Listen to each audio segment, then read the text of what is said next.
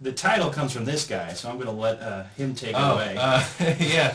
So based on that inflammatory title, yeah. I want to talk about, because we saw this clip last week of this We did a pre-interview with her, okay? very large gal. She told us what she had to eat the day eat. that we did the pre-interview with her. It was dipped in nacho cheese and a full-size bag of potato chips. And you're right, she had a couple of strawberries. You got to get that fruit in there, right? Chicken bits and ranch dressing. And she said, this is where I get my vegetables. Yeah, we're still covered through it. She eats she so had much. Tomatoes and This list avocado is ridiculous. smeared in mayonnaise But with this croutons sparked and bacon. a conversation, a very brief now one. we get to lunch. Body positive. Okay. There's fat acceptance. Fat phobia is another topic that kind of comes from this genre Afraid of fat people or afraid of being fat? Let's actually look at body positivity first. Try to get a definition of what exactly is body positivity. On its most basic level, body positivity is the idea that all bodies are good bodies. When you think of what TV, magazines, and movies tell us a good body is, which celebrities come to mind? Good bodies are thin, straight, and most often white. But the body positivity movement strives to create representation for marginalized bodies. We want to see fat bodies, queer bodies, bodies of color, and everything in between up front and center in mainstream media. Just because someone is fat or just because someone is thin doesn't necessarily mean that that person is healthy or unhealthy. Plus-size body positive activists, including yours truly, are reclaiming words like fat and plus size as descriptors and nothing more. Just like someone might be tall or short. It's not an insult. I was favorite it's that. a It makes it easier characteristic. to Bottom line, insult someone. the body positive movement wants everyone to feel worthy of self-love. You deserve to feel beautiful, and you deserve to feel worthy. It's that simple. The crux of what I think is wrong with this idea comes down to investing too much in how you look. It's one thing to not be ashamed of what you look like, and it's another to derive a sense of satisfaction and positivity from what you look like. I think you should decouple your sense of self-love from the way you look. You know, if you're on the journey to becoming healthier, if you are much more overweight than is really healthy. Yeah. You know, you shouldn't like hate yourself. Right.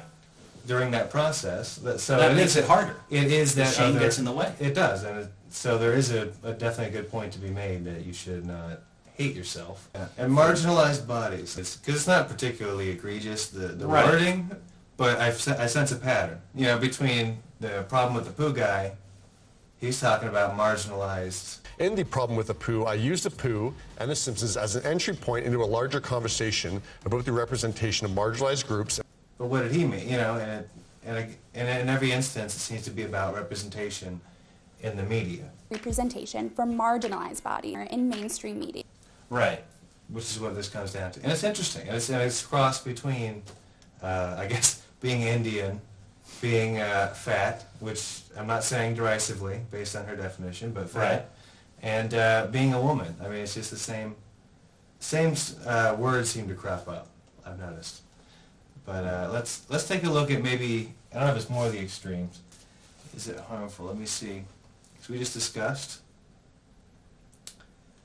Okay, I did just have that one clip for the body positivity because I thought it really covered, and we covered the topic pretty well. Yeah. There is some positivity in body positivity. Yeah. And I don't want that to be conflated with people talking about even fat phobia or the fat activists.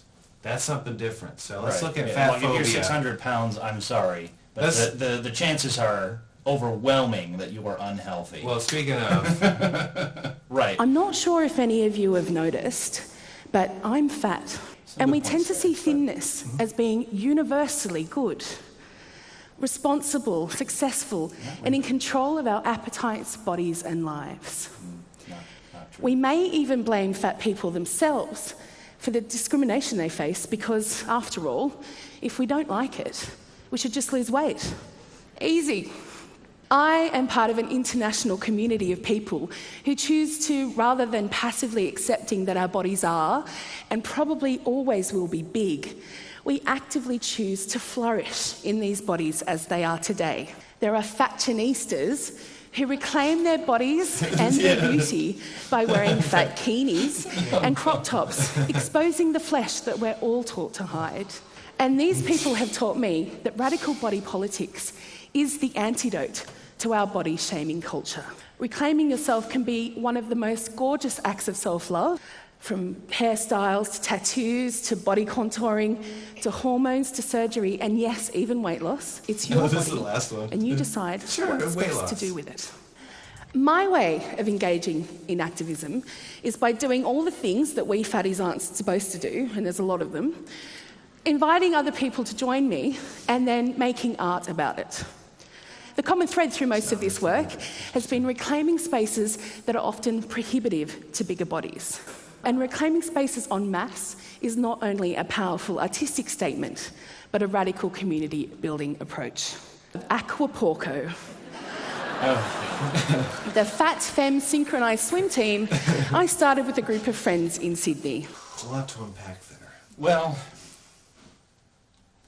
basically the only thing that I really took issue with, of course I facepalmed at a lot of parts. Just because there's a lot of stuff that I'm perfectly happy that people are doing, like the kinds of things like, you know, a fat runway model kind of thing, or like the Aquaporco, which was hilarious. You know, we're people that can't participate in this thing normally, so let's organize and do it ourselves.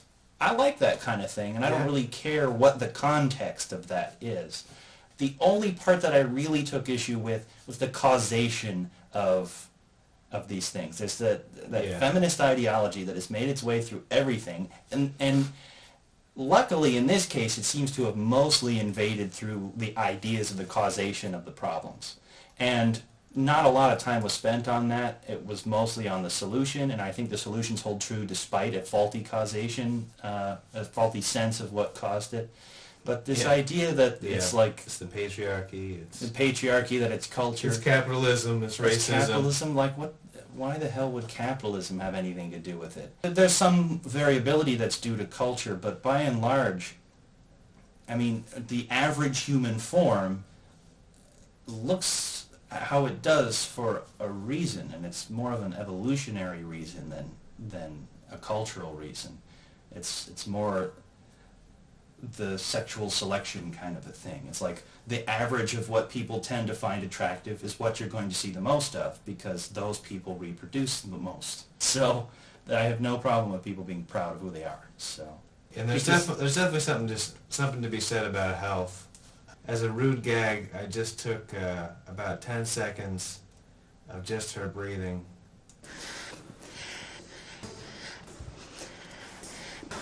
So sometimes people get fat phobic comments, and I actually just took from there's a video where it was people who I guess had received these type of comments just saying different comments that they received, and it's just a montage of that. If you were skinnier, you could totally be a plus size model. Everyone wants to be skinny because there are no benefits to being that fat. You're so brave to dress like that. I wish I didn't care what I look like. Having curves is not the same thing as being fat. There's no point in losing weight. You've already ruined your body. You get catcalled? Some people are fit and they prioritize their health, but some people aren't, and you don't, and that's okay. Put some clothes on, you busted open can of biscuits. That was my favorite one. Busted open can of biscuits. Busted open. It's a great visual.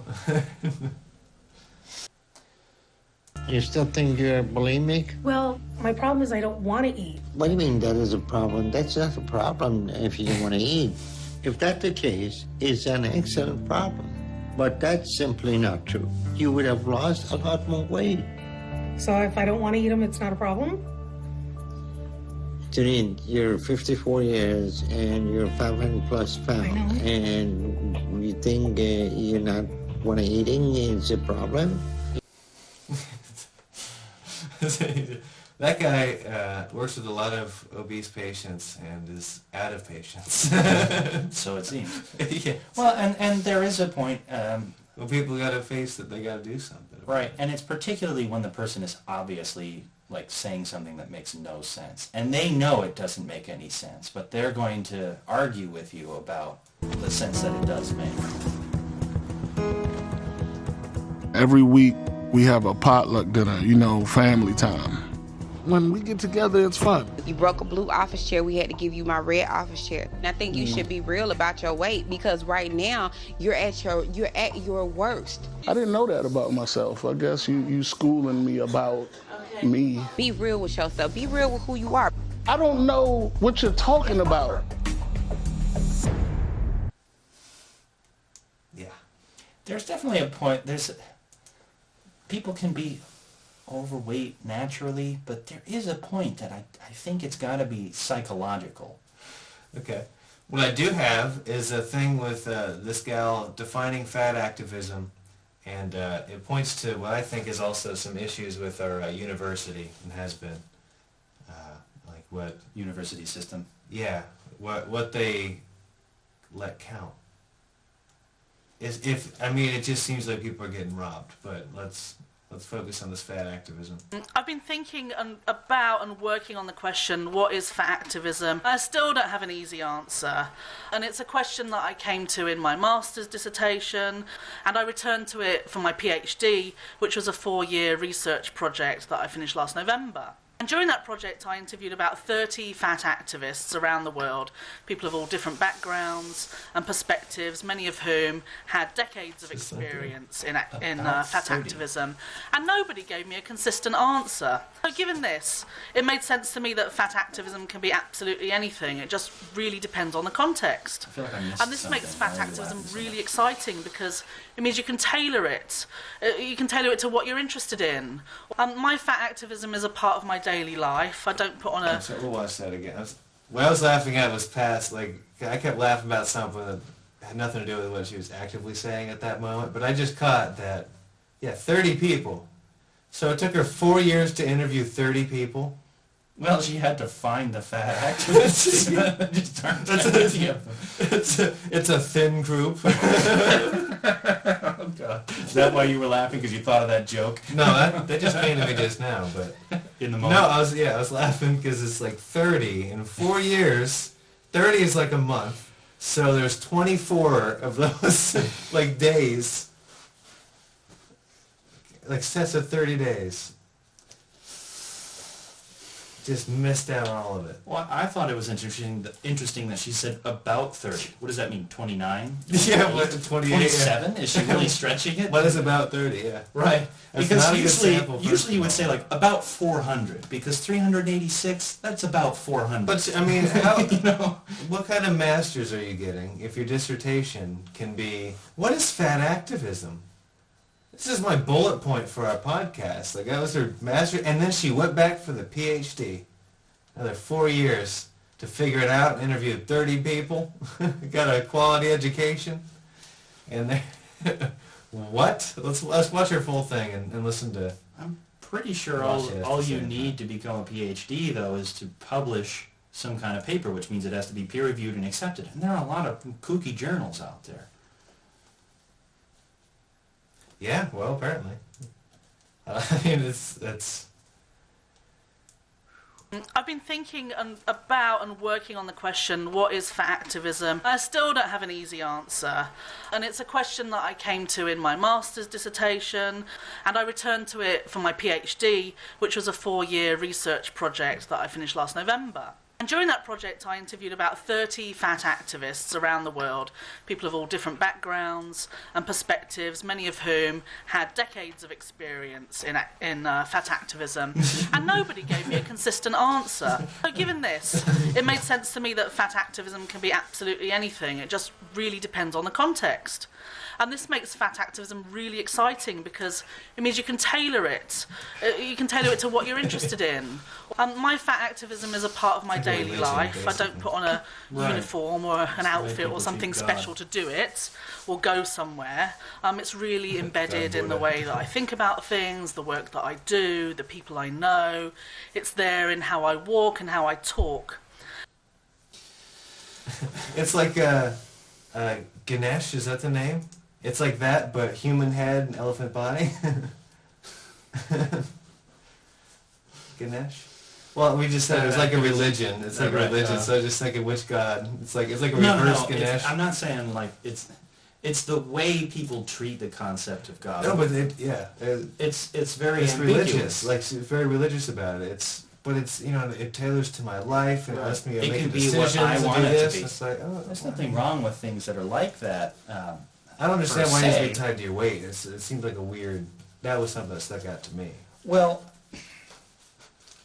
I think we all need a degree of open freedom to explore ideas and whatever. But there's a point when if you have a term and you have a movement behind this term, you should be able to define it. But for fat activism, to me, it's just not exciting anymore. It's like, what am I working towards? This is pointless. I'm just patting myself on the back. It's basically mental masturbation.